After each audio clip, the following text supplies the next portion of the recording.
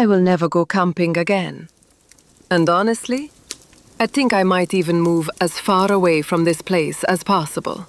It's been weeks now, but I still wake up at night, hearing those screams echoing through the trees.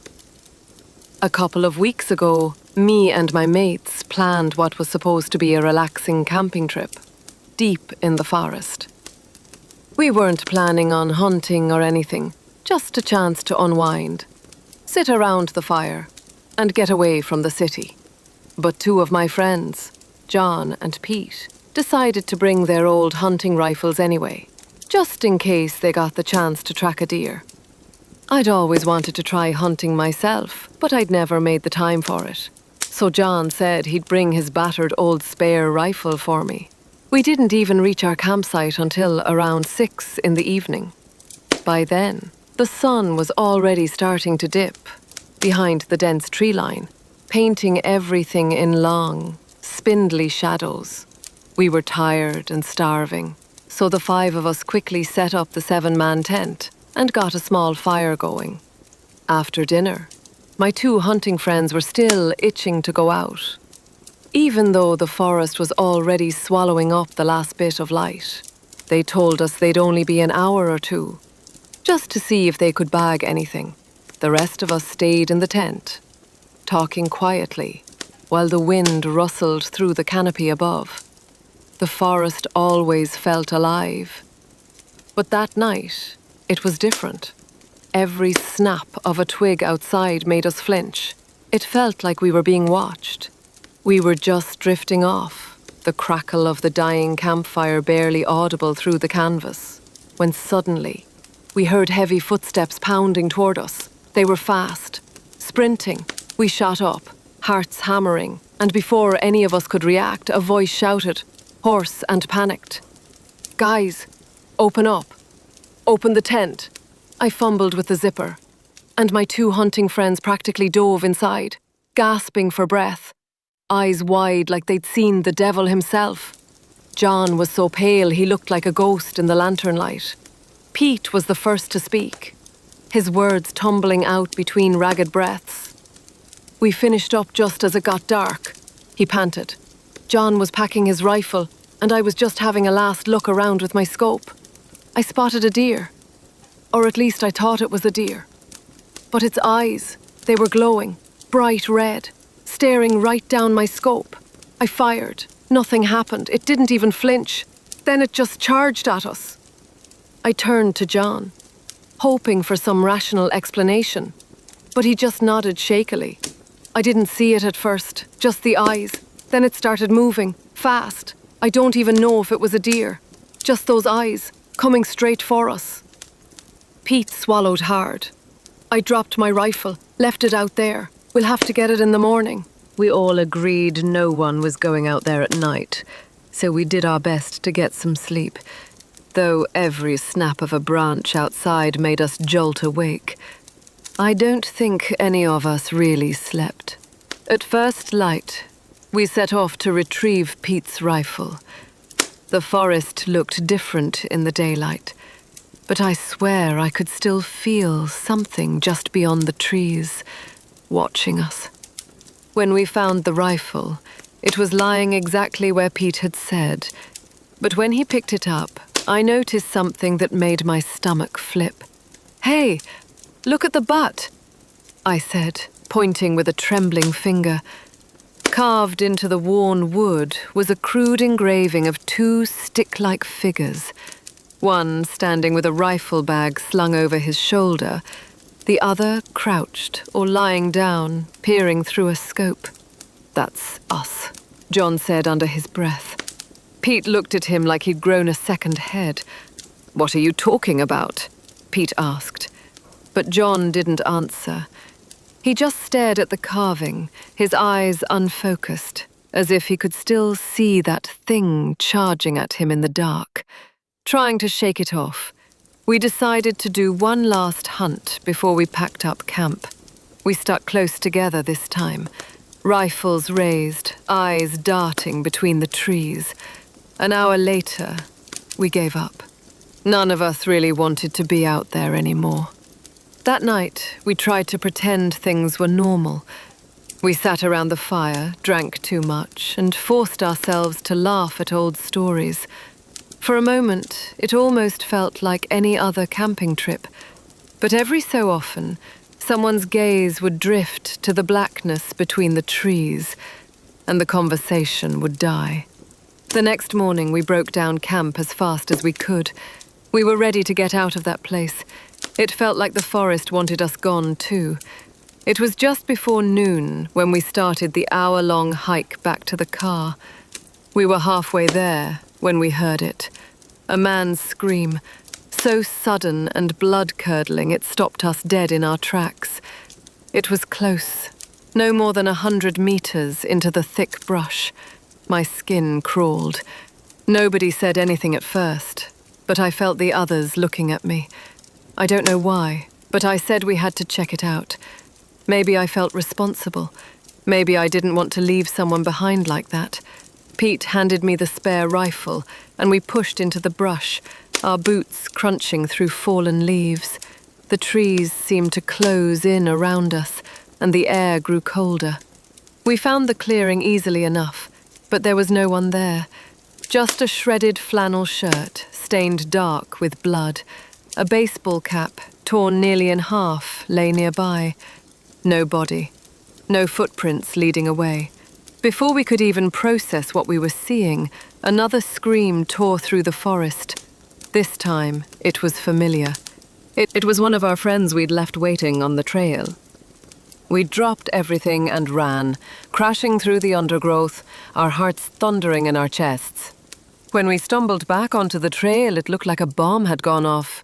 Our backpacks were scattered, ripped open. Food, clothes, sleeping bags, everything tossed around like a wild animal had torn through. But our friends, they were gone. We called out their names until our voices cracked, but the only answer was the whisper of the wind through the branches. I felt tears prick at the corners of my eyes. We were standing there in stunned silence when I heard it again. A scream. This one impossibly close, echoing from the direction of our old campsite. I turned just in time to see them. Those same red eyes, burning like embers in the gloom, charging toward me. The shape behind the eyes looked like a deer, but its movements were all wrong. Jerky, unnatural, almost like it was being controlled by something else. We didn't think, we just ran.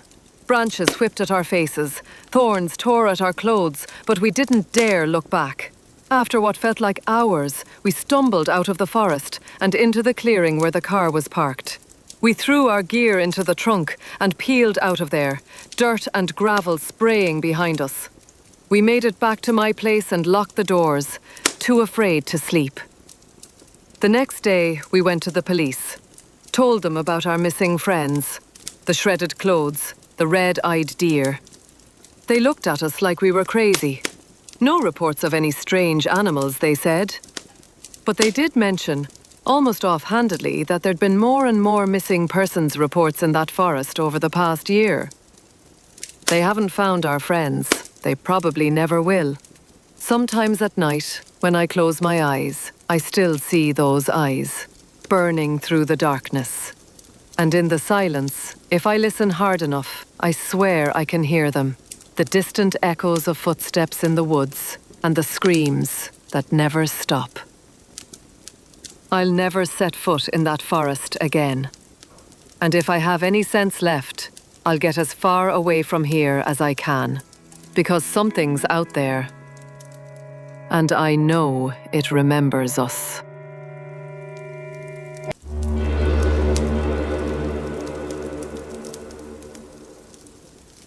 I parked my car in the dusty dirt lot, just as the sun peeked through a thin veil of clouds.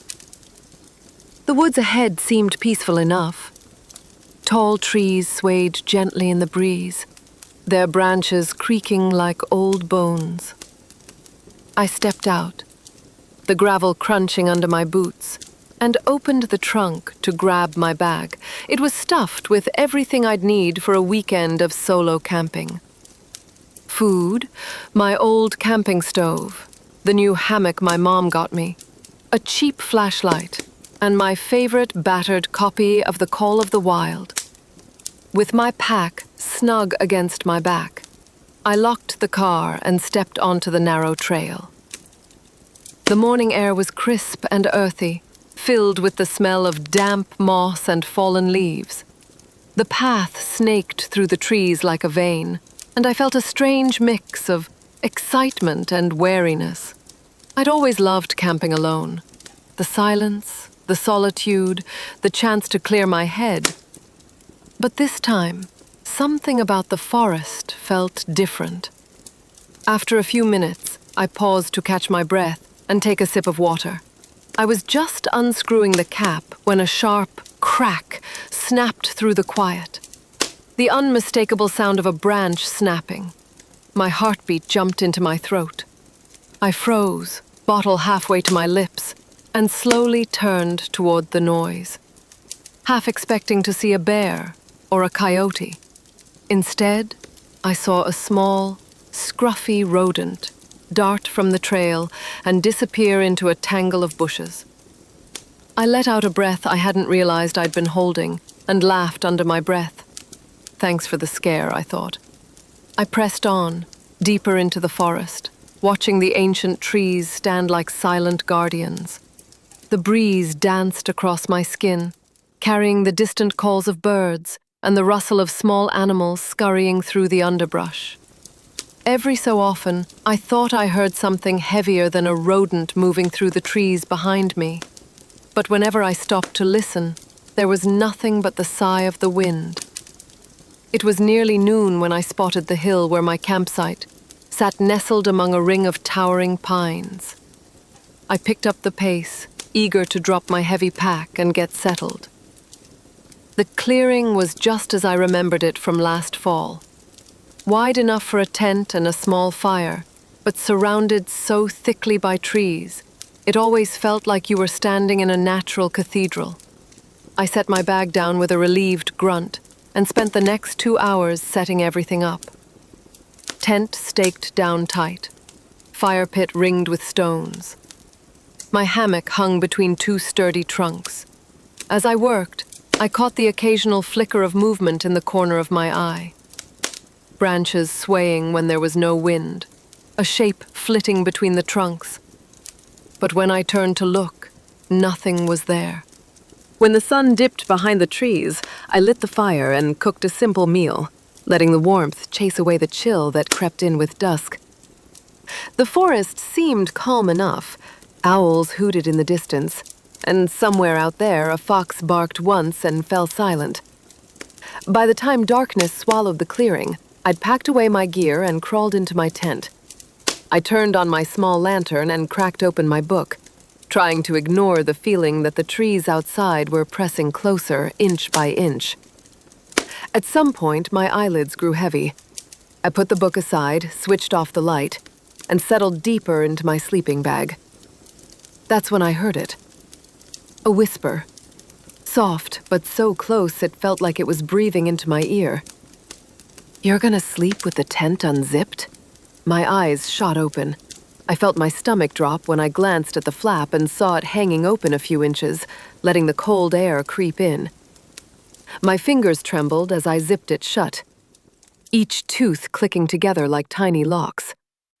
I sat up, heart pounding, waiting for another whisper, another voice. Nothing came. Were they helping me? The thought made my skin crawl. Or did they open it themselves? I forced myself to lie back down, convincing myself it had been my imagination. But sleep wouldn't come. I stared at the ceiling of the tent, listening to the wind hiss through the trees. And then I heard it. Footsteps. Slow, deliberate, circling the tent. Crunch, crunch, crunch. They stopped. Then something pressed against the thin nylon wall. A hand? A face? The shape bulged the fabric inward, and I felt my chest tighten. The weight of my own body made it hard to breathe. like invisible hands were pinning me down. I forced out a breath and screamed, "Get the hell away!" The pressure vanished. For a moment, the forest fell deathly silent. Then laughter, sharp and ragged, rose all around me. It echoed through the clearing, bouncing off the trees, until I couldn't tell where it came from. A zipper's teeth rasped apart, inch by inch, like fingernails scraping bone. The flap sagged open, and there, crouched low and grinning like a lunatic, was a figure, long limbs twisted at odd angles, skin stretched tight over jutting bones, eyes sunken deep into its skull. Its grin was impossibly wide, curling up toward its temples. I barely had time to think. I lunged forward and swung my fist as hard as I could. My knuckles cracked against something solid. The thing let out a garbled, wheezing laugh as it toppled backward. I scrambled out of the tent and bolted into the trees, branches whipping my face, my breath tearing at my lungs. I didn't look back until I heard it. A second set of footsteps pounding behind me, then a voice, the same one that had whispered before, shrieked my name in a voice that sounded like broken glass. "Matthew!" I stumbled through the trees, half running, half falling, until my car's headlights glared back at me through the darkness. I dove inside, slammed the doors, and fumbled with the keys until the engine roared to life. Gravel sprayed behind me as I tore out of the lot, not daring to look in the rearview mirror. When the sun rose, I forced myself to return, half hoping it was just a nightmare. But the campsite looked untouched. My bag sat exactly where I'd dropped it. The tent stood with its flap hanging loose, as if daring me to come closer. That's when I saw it. Words scratched into the dirt near the fire pit, drawn in shaky, childlike letters. "Come back, please. We need your help." I felt a flicker of movement in the shadows, something pale and spider-like crawling just out of sight. When I turned my head, it vanished. Just a trick of the light, I told myself. But every time I go back into the woods, no matter how far I drive, no matter what forest I pick, I feel them, watching me, whispering my name when the wind blows just right. And every time I close my eyes, I see that grin, waiting for me to unzip the tent again.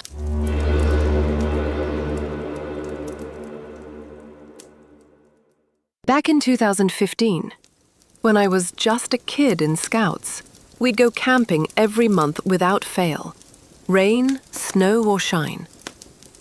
September's trip was supposed to be one of the easy ones. Wall Lake up in Utah's Uinta Mountains was a short hike in, just a couple of miles to this beautiful alpine lake, surrounded by pines that looked like they'd been standing guard for centuries. There were 11 of us boys, and 4 leaders, good guys, but they didn't put up with any nonsense. We always stayed in one big 12-man tent, so every night was like a sleepover gone feral. The first night was typical.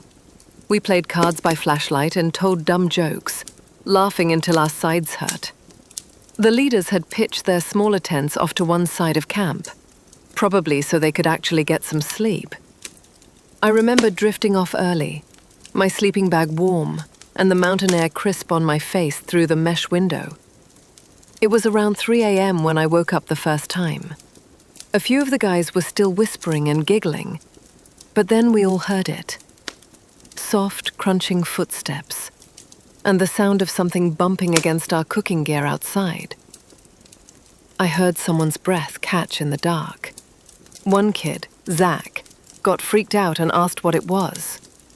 I told him it was probably just a deer. That's what you expect out there. Deer, raccoons, maybe the odd bear if you're unlucky. But no one really believed it. Eventually, we settled back down and drifted off.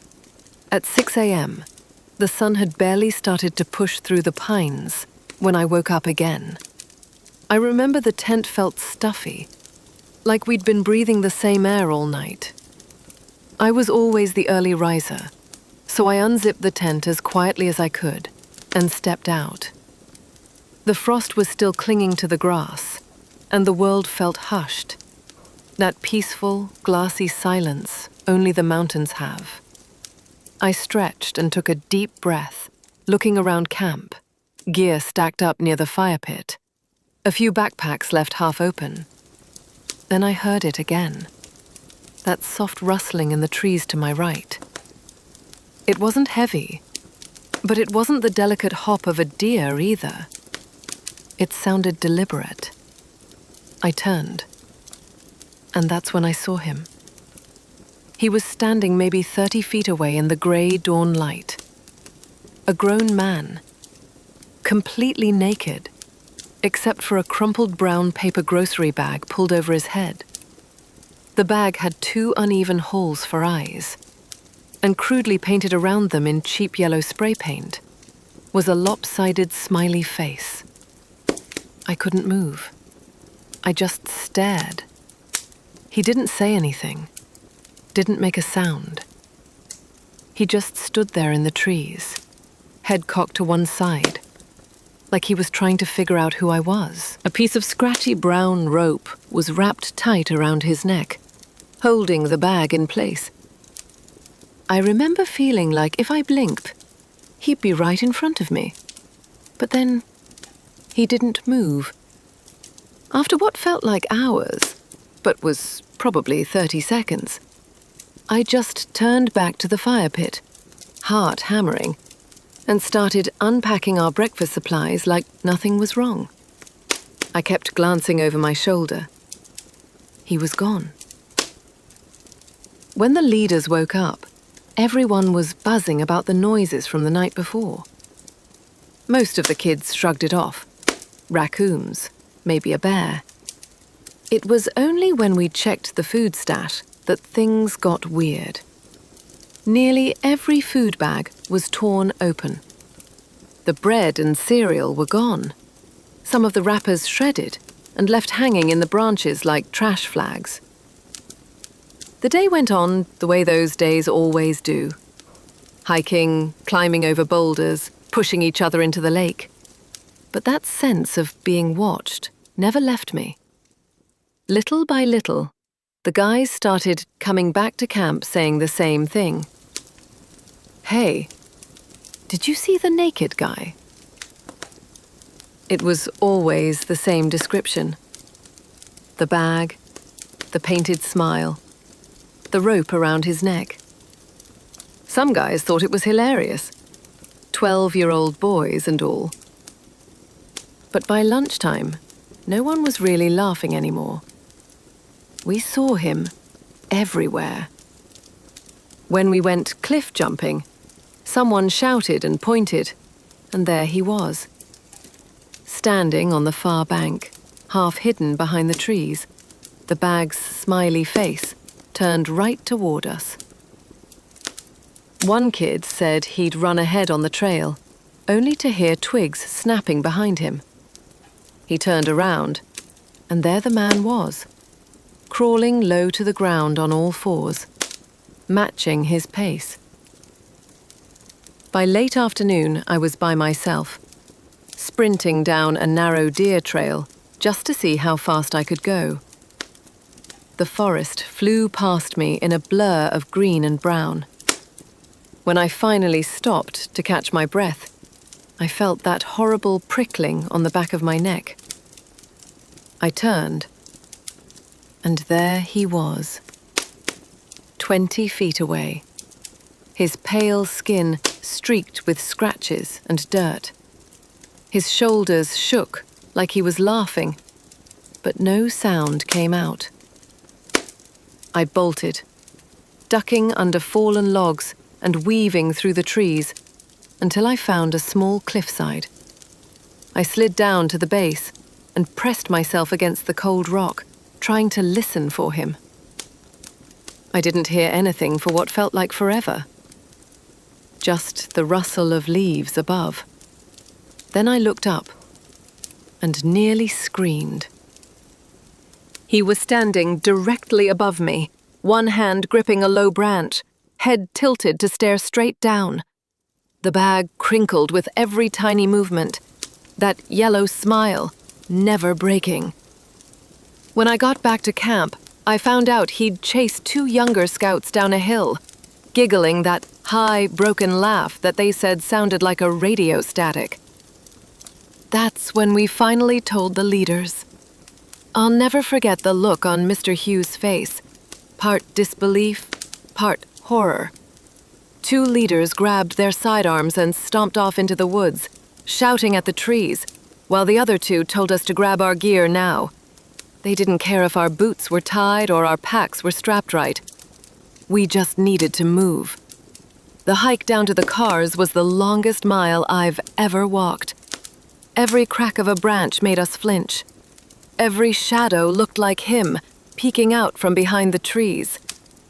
When we finally reached the trailhead, the leaders did a head count 3 times before we loaded up and left. We never found out who he was. There were no rangers nearby. No other camps reported seeing anything. Maybe he was just some hermit living off the grid. Maybe he wasn't really there at all. But sometimes, when I'm hiking alone, I swear I still see him. Just a flash of brown paper between the trees. The shape of a smile painted crooked across a bag. And I can't help but wonder, if we hadn't left so quickly, what would he have done when we fell asleep the next night?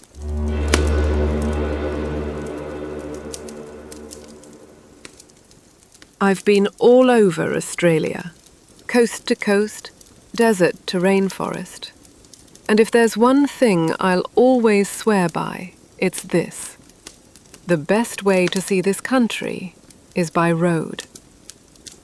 Endless highways, dusty red tracks, little coastal pockets you'd never even know existed if you were flying from city to city. Some nights you sleep under 1 billion stars. Other nights you'd swear you're the only soul alive for 1,000 kilometers. Most of my memories from those years behind the wheel are good ones. Campfires on empty beaches, dawn mist rising off hidden creeks, waking up to kookaburras cackling in the ironbarks. Sure, there were a few bumps, flat tires, nights spent lost, some weird locals, but it all comes with the territory, doesn't it? But there's one stopover I'll never forget. One that still creeps into my mind when I'm alone at night, parked on some lonely bush track, hearing twigs crack in the dark. It was late September, a few years back now, and I was driving my trusty old camper up the coast, from Barraga Bay to Narooma. One of those beautiful stretches of road that hugs the coastline, dips inland for a spell, then spits you back out at some lookout that makes you remember why you do this at all. Somewhere near Wallaga Lake, I decided to pull off the main road. I'd been driving since dawn, and the sun was sinking fast behind the gums. I found a dirt track that snaked down toward the water. Nothing official, but wide enough for the van. When I rolled up, I knew I'd struck gold. The lake stretched out, glassy and still, dusk turning it pink and silver. The air was cool, but not yet cold. No signs, no fences, no one around. I parked under a massive old gum, popped out my deck chair, and boiled up a pot of camp coffee. I leaned back, cup in hand, and let the breeze off the water brush the road dust from my skin. Just the sound of insects tuning up for the night, the lap of water on the rocks, the last birds going quiet. And then, Ongwa Ananyi. It was a whisper, but not like any voice I'd ever heard.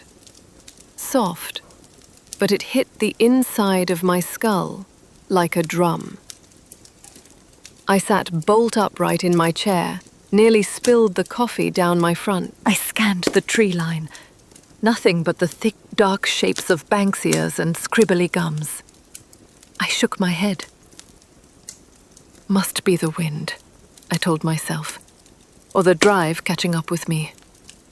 Angawar Ananyi. Again, same words, the same thump inside my skull. Except this time I knew it wasn't coming through my ears. It was inside my head, like someone speaking from the hollow space behind my eyes. And then, like they'd burst straight from the shadows, 3 kids crashed out of the bush behind my van. They were barefoot, leaves and twigs stuck in their hair, eyes wide as dinner plates. They were yelling, pointing past me to the road, voices overlapping. Go! You gotta go! Now! Go! They were just kids, maybe 10 or 12, indigenous by the look of them. Not bush kids in some painted-up Dreamtime costume. Just local kids from a camp or settlement nearby. But the fear in their eyes. I'd never seen kids look like that before. I didn't wait for a better explanation. That whisper, that thing inside my skull was still throbbing like a headache.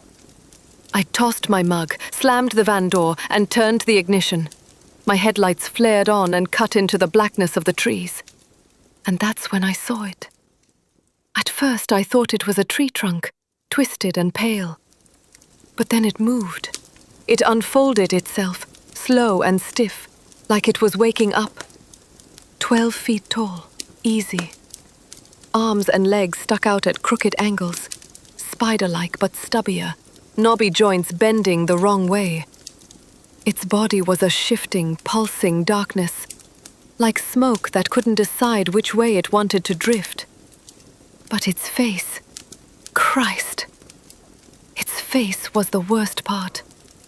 Pale as bone, stretched smooth and featureless, except for a puckered mouth and 2 tiny, furious red eyes that gleamed like coals in the dark. Its lips curled back, not into a smile, but something more. Ancient. A snarl. A threat older than the land itself.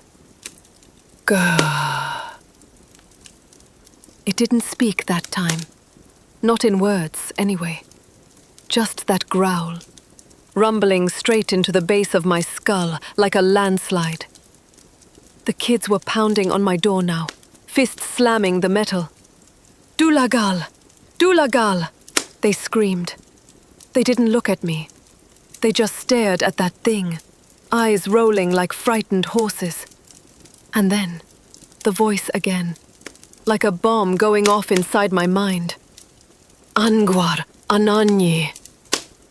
It felt like my skull would split in 2. I slammed the van into gear and flicked the headlights straight at it. The thing didn't flinch. Instead, it toppled sideways, one crooked leg dragging after the other. Its whole body swayed with each lurch, moving like it was forcing itself through glue. Sideways. Always sideways. Its red eyes never leaving mine. The kids backed away into the trees as I floored it down the dirt track. I hit the main road doing 80, gravel spraying in every direction. In my rear view, just for a heartbeat, I saw it. That pale face bobbing above the trees, lumbering sideways down the bitumen, each step jerky and wrong, but always coming.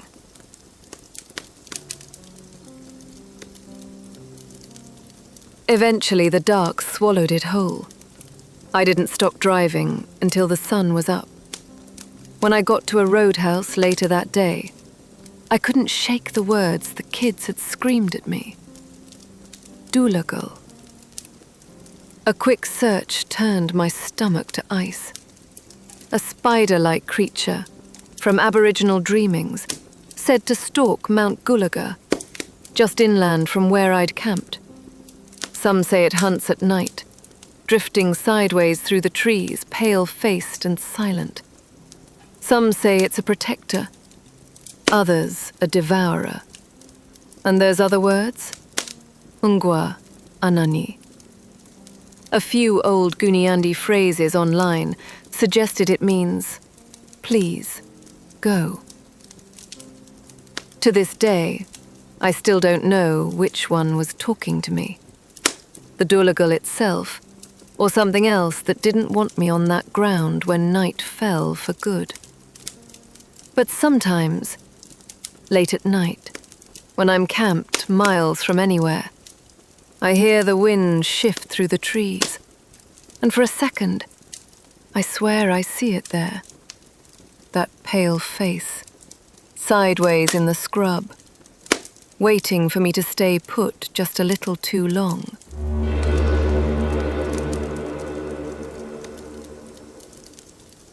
My daughter, Kennedy, is 13 now.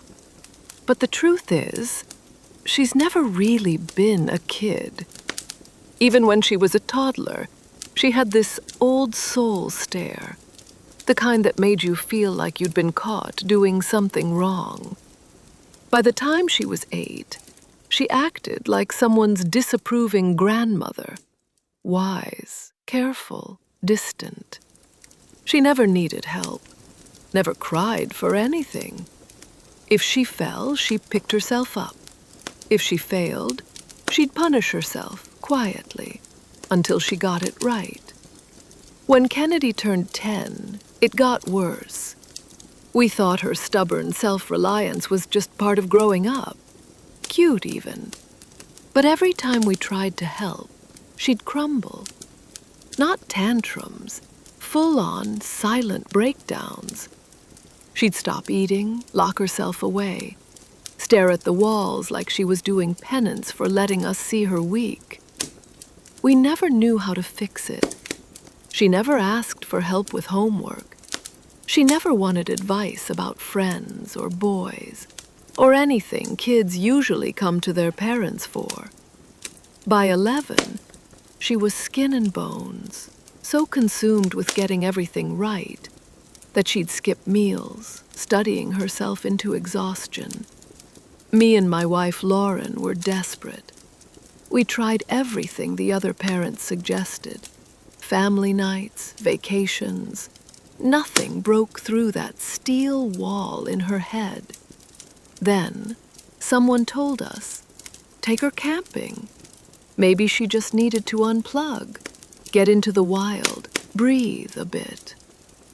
Lauren's family owned a little cabin by a lake. She'd spent her best childhood summers there. So we went. June 28, 2013. A date I can't scrub out of my brain if I tried. The drive out was perfect, blue skies. The kind of weather that makes you think, maybe this will fix everything. Kennedy didn't sing along with us in the car. She never did. But when we pulled up to the gravel drive, she did something that made my heart swell with hope. She bolted out of the car and ran straight for the lake. We'd never seen her run like that. Not toward anything fun, anyway. She hated lakes, called them dirty, infested puddles that harbored bacteria and disease. But that day, she sat on the shore and stared at the water like it was telling her a secret. I should have known then. Lauren was so relieved. "Look at her. It's working," she said, dropping her bag inside the dusty old cabin. We both watched Kennedy, motionless by the water, while the sun went down. We didn't call her in until dusk. When I finally did, she didn't answer, until she popped up right behind me, whispering, "Boo," in my ear, giggling like a child. Kennedy never giggled. I forced a laugh and told myself the woods were working their magic. That night, she ate with us, bright, hungry, even chatty.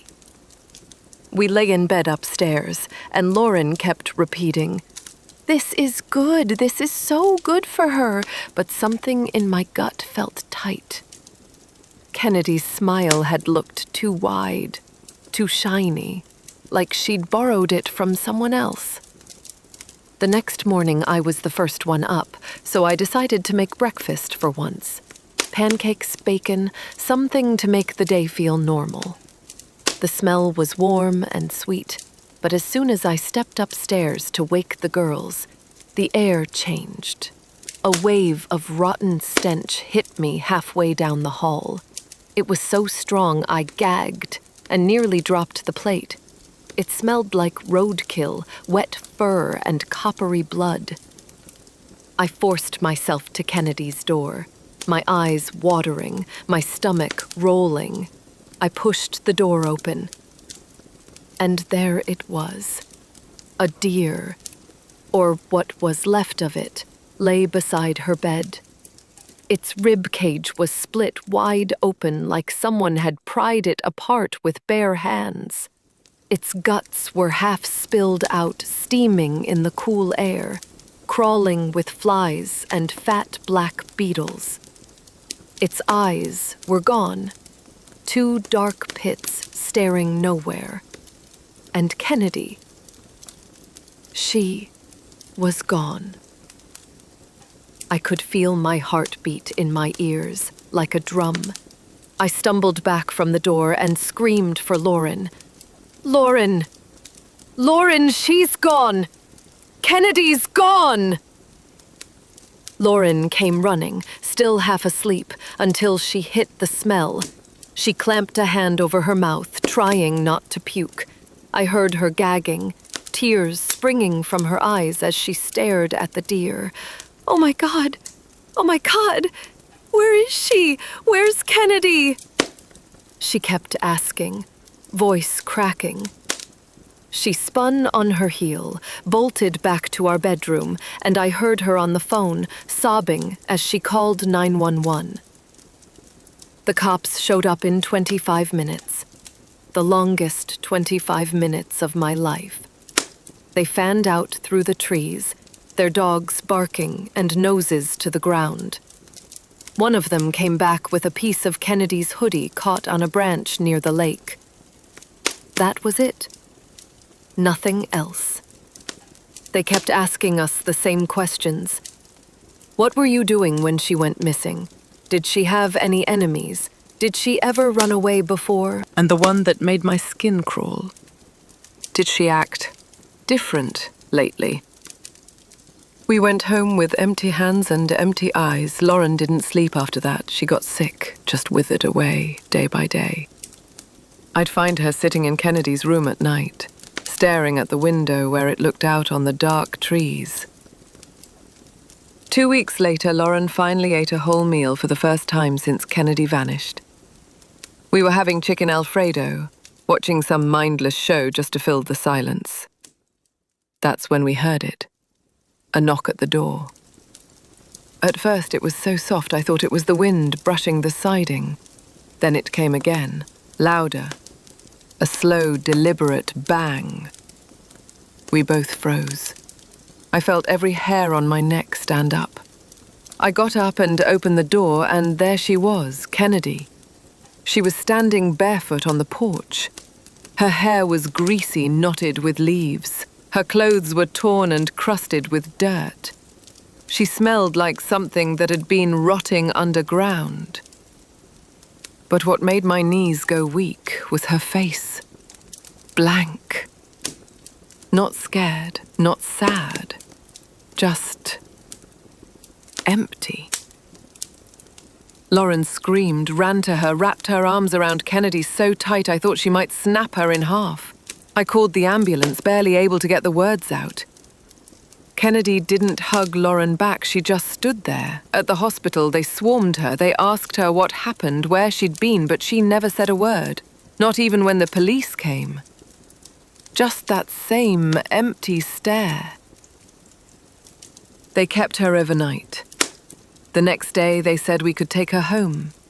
Her cuts weren't that bad, they said. But as we drove, I checked the rearview mirror, and there she was, staring at me. Right into me.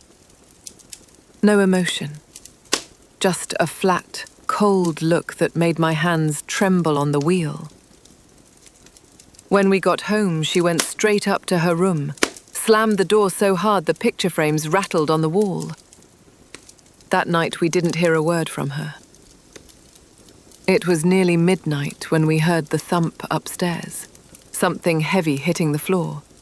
Me and Lauren sprinted up there. Kennedy's room was dark. The smell hit us before our eyes adjusted, that same rancid, coppery rot. And in the corner, a tall, dark figure. Too tall. Its head brushed the ceiling. It was holding a dead deer, just dangling over its shoulder like a rag doll. I fumbled for the light switch. When I turned back, the man was gone. Vanished like he'd never been there. But the deer stayed. It looked almost exactly like the one from the cabin. Ribs cracked open, eyes hollow. Kennedy was sitting up in bed, wide awake, staring at the deer. And for just a second, I swear I saw it. A tiny smile tugging at the corner of her mouth. I grabbed her shoulders. Kennedy, did you see him? Did you see the man? She didn't say a word, just kept staring at the carcass. Lauren ran back down the hall in shock, dialing the police.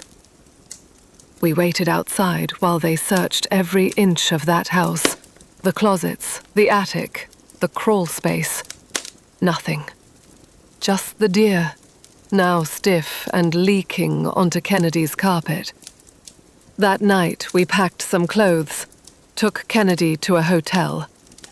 She fell asleep on my shoulder in the car. Peaceful, like none of this was happening. I had to run back down to the car to grab the last of our bags. And that's when I saw him again. The man, or thing, standing next to my car, under the flickering street lamp. Tall, lean, black as the space between stars. He turned that blank, hollow face toward me. I stepped outside, anger boiling up in my throat. "Who are you?" I shouted. My voice cracked. "Why won't you leave my Kennedy alone?" He moved then, bending down, too far, his knees crackling like old branches. He pressed his cold hand over my face, and the world went black. When I woke up, I was back in the hotel bed. Lauren curled up beside me, murmuring that I'd just had a nightmare. But I knew it wasn't. Ever since then, I see him, in every shadow, at work, in the mirror behind me when I brush my teeth. Sometimes I wake up, and he's crouched at the foot of our bed. That empty face split in a grin. And Kennedy, she sees him too. When he's there, she's sweet, normal, like a kid again. She'll cook us dinner, sit on the couch with us, giggle. But when he's gone, she turns violent. She's not Kennedy anymore. One night I saw him kneeling in front of her, whispering something in her ear while she stirred pasta on the stove. She giggled. Then she turned around, hiding something behind her back. I caught a glimpse. A dead rat, its fur slick and wet. I looked back, and the man was gone. I grabbed Kennedy's wrist so tight she winced. "What is that? Show your mother." Lauren saw it and nearly threw up. I felt something break inside me. "We need help. She needs help." Kennedy just looked at me with that same dead stare. But I swear, for a second, I saw that tiny smile again. We packed her things. Drove around for almost an hour trying to figure out what to do. The only thing that made sense was to drop her at a mental hospital. The guilt was a stone in my chest, but I told myself it was the right thing. We left her there, her empty eyes watching us through the glass. That night, I dreamed of her and him, whispering things I can't repeat. Things no father should ever hear from his own child's lips. I wake up some nights and swear. I see Kennedy in her old room, just standing there in the dark. When I rub my eyes, she's gone. I don't know what's real anymore. But if you see that man, if you see him watching your kids, don't let him in. And if you do, pray he doesn't want to stay.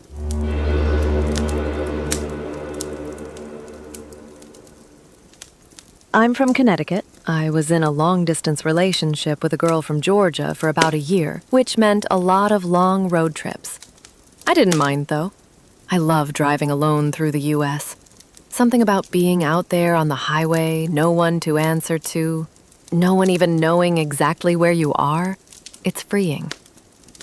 To save money, I'd sleep in my car on the way down. It wasn't so bad. You can call it roughing it, but to me, it was just a metal tent with a radio. I'd park somewhere quiet, crack the window just enough to breathe, keep the key in the ignition, just in case. I never covered the windows. Looking back, maybe I should have. The trip down south usually took me 2 days. I'd stop for the night somewhere near the Virginia-North Carolina border, the halfway mark. Truck stops were decent, but I preferred rest stops. Fewer people, less noise. On my last trip, I was more tired than usual and pulled into the first rest stop I saw. It was weirdly empty, just a couple of lone cars sitting under the dull glow of amber street lamps. I pulled into a spot under a tree, far from the lights. I figured I'd have more privacy there, away from the open pavement. I locked the doors, cracked the window, reclined the seat, and settled in. I'd done this dozens of times before. I never thought twice about it. Sometime later, I don't know how long I'd been out, I woke up to a noise. Tap, tap, tap. At first, it was faint, like I'd dreamed it. My eyes opened, but I was staring at the ceiling of my car. The tapping came again, irregular, like small pebbles hitting glass. Was it rain? Water dripping from the branches overhead? Maybe a squirrel? The longer I lay there, the more my stomach turned. What if it wasn't an animal? What if it was someone out there, poking around my car? I didn't move. I just lay there, eyes darting around, listening. The tap came again, closer to the middle of the windshield now. I told myself it was better not to look. If I didn't see anything, then nothing was there, right? But curiosity, or fear, always wins. My heart was pounding so loud in my head I was sure whoever was out there could hear it. I took a slow breath and decided I was going to look. I lifted my head just enough to see over the dashboard. There, pressed right against my windshield, was a face. I froze. Every muscle in my body locked in place. It looked like a woman, but not really. Her skin was a sickly grayish white in the dim light. Her eyes were rolled back into her head, showing only the whites. But her grin, that grin was the worst part. Lips stretched impossibly wide, splitting at the corners. Her nose was mashed flat against the glass, leaving a smudge I'd probably never get out.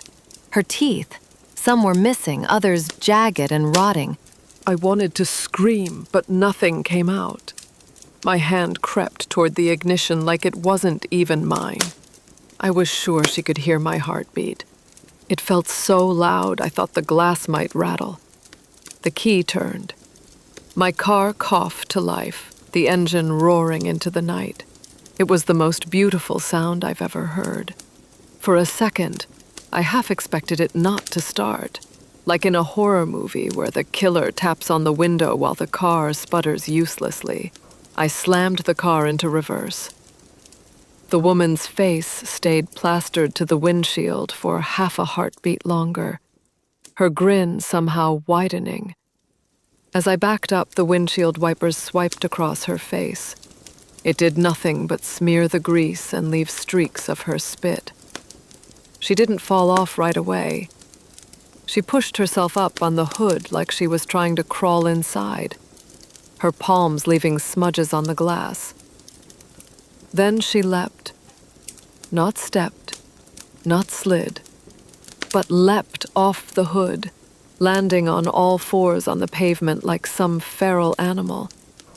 I threw it into drive. She reached out, her filthy fingers clawing at the handle on my side door. I gunned it, tires squealing. In the rearview mirror, I saw her standing on all fours under the street lamps, her head cocked unnaturally to the side. Then she let out this screech, a high, strangled shriek that didn't sound human. For one heartbeat, I swear I saw her chasing me, loping on all fours like a starving wolf. Her hair swung around her face, the grin still fixed in place. But then I rounded the curve out of the rest stop. The street lamps vanished behind me and the highway swallowed me up. I didn't stop again that night. I didn't pull over until the sun rose and the world felt normal again, like daylight could wash her memory away. But it never did.